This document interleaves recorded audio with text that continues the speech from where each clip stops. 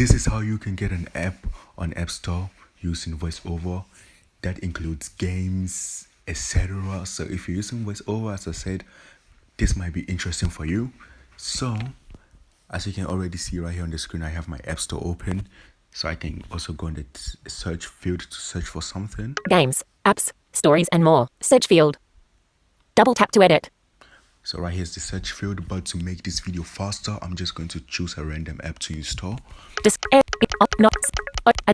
Magic Tiles, open, button. Get, in-app purchase, Snake.io, fun online snake. New Battle Royale snake game. Get, in-app purchases, button. So Double tap to cancel download. What? Okay. I don't know. Going balls.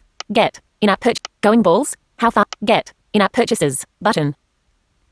So I want to get this app right now, but before I get it, I'm just going to turn off my screen curtain for obvious reasons. Screen curtain on. So I'm just going to click on get. Loading. Alert. App Store. Heading. And as you can hear by now, I have gotten an alert. Cancel, button. And right here it says cancel. Going balls. Supersonic Studios Limited offers in-app purchases.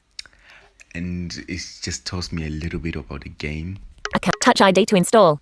And right here you can see Touch ID to install, but sometimes it also says to put in your password if you don't have the Touch ID, or you can also use Face ID if you have one of the newest iPhone.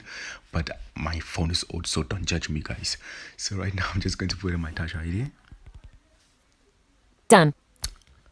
And it says done. App Store. Search. Heading. So right now, the game or whatever I installed is now installing. So I can just go on my home button. I can just go on home to look for the app.